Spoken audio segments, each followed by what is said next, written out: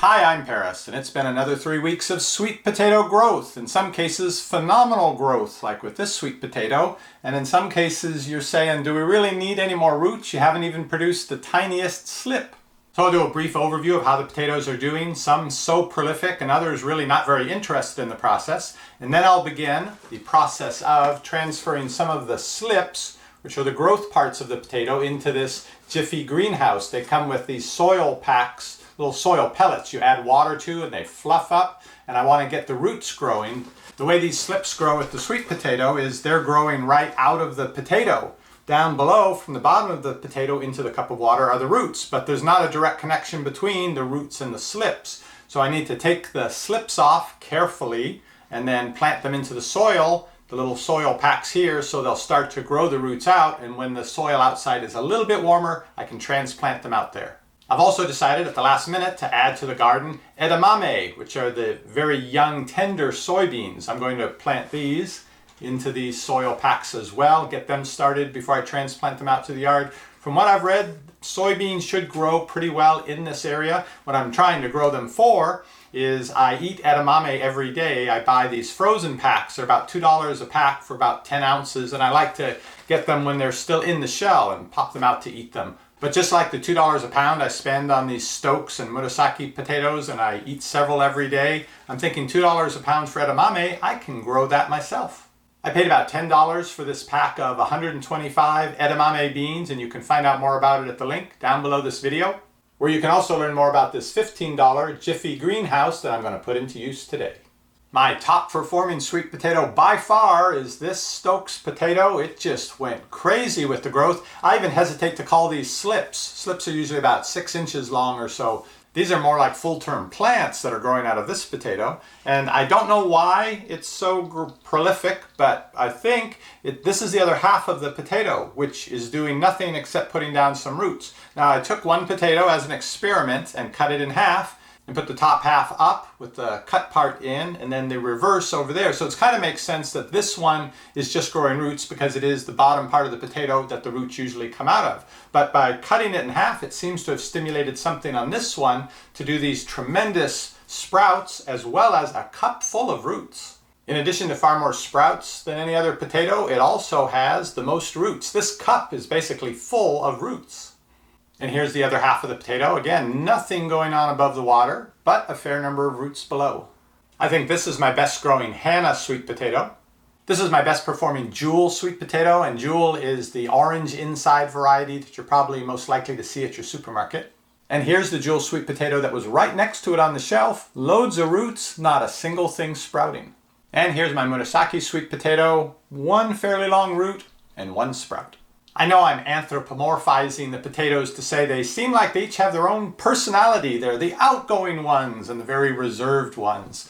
But thinking about different people, different pets, different plants, I think it's a function inherent to DNA-based life, that it's so complex, and every time the DNA replicates itself, that there's a chance of some mutations, so that even two seemingly identical creatures, including two identical twins, they have their differences. An integral element of being a life form is being unique.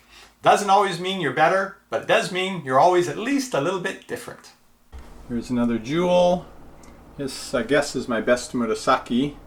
It's got one really good slip there. This is the Stokes that was doing best in the last video, and it hasn't grown a whole lot since then. So it did really well the first 3 weeks, and then it slowed down. Again, potatoes doing their own thing. Sort of inactive Murasaki, another new one, a Hannah, another pretty good Hannah, another new one. This Stokes is interesting because it does have sprouts, but they're coming from down below. So both the roots and the slips are forming below the water line, and then the slips have to turn and climb up out of the water to give me the leaves. Everybody doing their own thing. And then another Jewel sweet potato doing fairly nicely. So there are 50 peat pellets in this Jiffy professional greenhouse. Some of this really tall growth I think is too big to put in here, so I'm going to take some of these peat pellets and put them into these plastic cups, expand them there, and then grow these in the cups. Here's a better view of the 50 peat pellets, and here's a close-up view of one of them. They have this fine mesh material around the sides that When they fluff up to about 1.5 inches high, it helps to maintain the structural integrity. You add about 1.7 ounces of water to each of these, or about 2.5 liters to the whole tray. And once you have all your seeds planted in the puffed up soil pellets, you take the included plastic cover, set it on top, and you get sort of a greenhouse effect. This helps to keep the moisture inside and to help regulate the temperature. I've transferred 10 of the peat pellets into these plastic cups. Now it's time to add water. Just enough to fluff it up. And about 2 liters directly into the tray.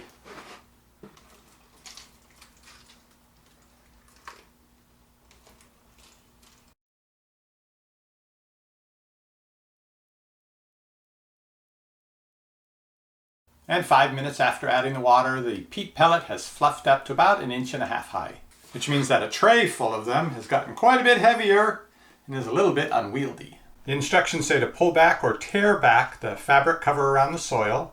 And if you're doing seeds, you can plant 3 of them in there with the slips. I'm gonna see if I can do 1 or 2 per pellet.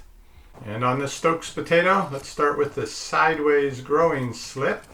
The idea is you just twist it gently and it comes off, and then you can plant it into the soil. Let's see if that works.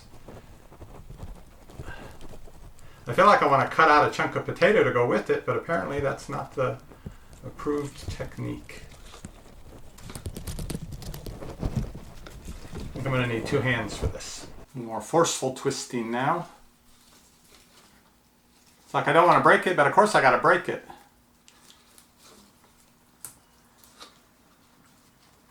Oh, I managed to get 2 with that. So here are my first 2 slips. Let's see about getting them in the soil. They're stiff enough I can just poke them down into the soil. I don't need to make a hole in advance. I'm wondering if I can get 2 into 1 pellet. Okay. I don't know if this is going to stay upright. The other thing I don't want is for the roots to grow together from the 2 of them, and then I'll damage it when I'm pulling them apart to plant it into the yard. Yeah, I'm going to do, I think, just 1 slip per pellet.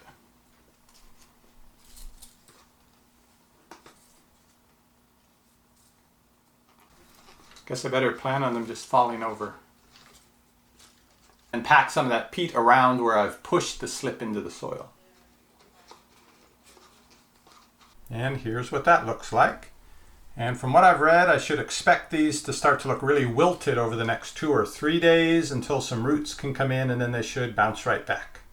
And here's the spot where I pulled those 2 slips off. With the peat pellets in the tray, once I've pulled the fabric back off the top, I think I can get 3 edamame per pellet. I'm wondering if I'm going to get any more slips off of this potato. Once I've pulled these off, I wonder if it will continue to produce new ones. Oh, look at this. I found one with roots.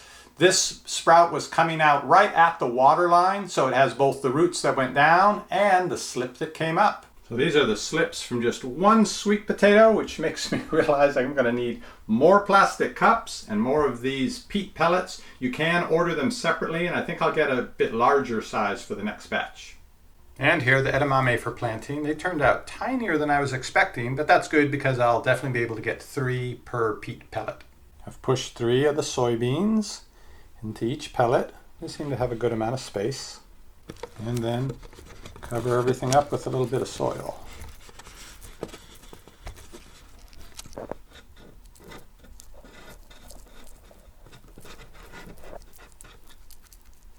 This is how the edamame tray is shaping up. I've got quite a few to still push down into the soil.